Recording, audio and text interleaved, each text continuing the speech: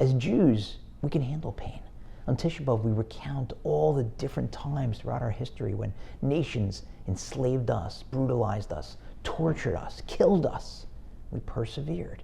We can handle pain. What's so tough to handle, though, is contradiction. When really, really, really bad things happen to people whom we know are really, really good, that can cause us sometimes to yell out, reluctantly, involuntarily, why? Or whisper it, God, why?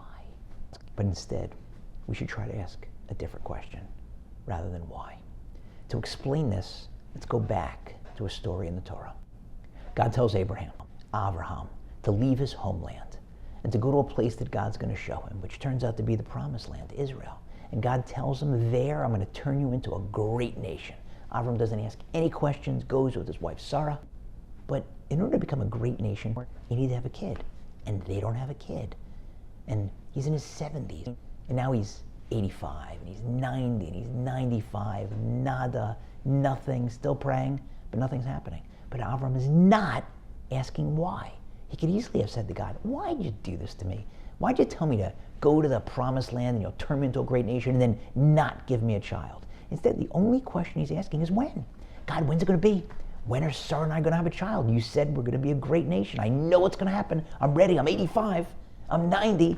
God, I'm 95. I'm still spry, ready for that little kiddo. When's it going to happen? And finally, at 99, God says to him, now it's going to happen. This coming year, when you're 100, you're going to have a son. And Avram falls down laughing, crying tears of joy. Yes!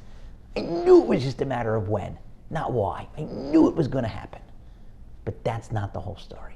Because the Torah shares some passages that seem totally irrelevant and unnecessary. Here's what was going on. During all those years, decades, when Avram and Sarah were not having a child, every year or two or three, they'd get a telegram from Avram's brother Nachar. Mazel tov, I had a baby boy. Mazel tov, I had another baby boy. Mazel tov, mazel tov, mazel tov. 12 sons. Nachar was an idolater, bowing down to statues made out of wood and stone. 12 sons. Not bad. Abraham and Sarah are bowing down to God, the one God, the true God. Nothing. You'd think that one time during those years, Avram would have gone to see Nachar, snuck over to his tent, knocked on the tent door opening. Hey, who's out there? Hey, it's Avram. Avram, what are you doing here in the middle of the night? Can I borrow an idol? An idol? Avram, aren't you supposed to be the monotheist who believes in the one God? Aren't you the iconoclast, the idol breaker who broke Dad's idols? Listen, bro, spare me the speech. Let me borrow an idol. You'd think Avram one time would have hedged his bets. Seemed to be working out pretty well for Nachar, bowing down to those idols. 12 sons. Well, Avram's not getting anything. But not once did he waver in his faith. Because he was never asking why. It was just a matter of when. And if you look carefully at the recording of those sons of Nachar, you'll see that those 12 sons that he had, 8 were from his wife, and 4 were from his concubine.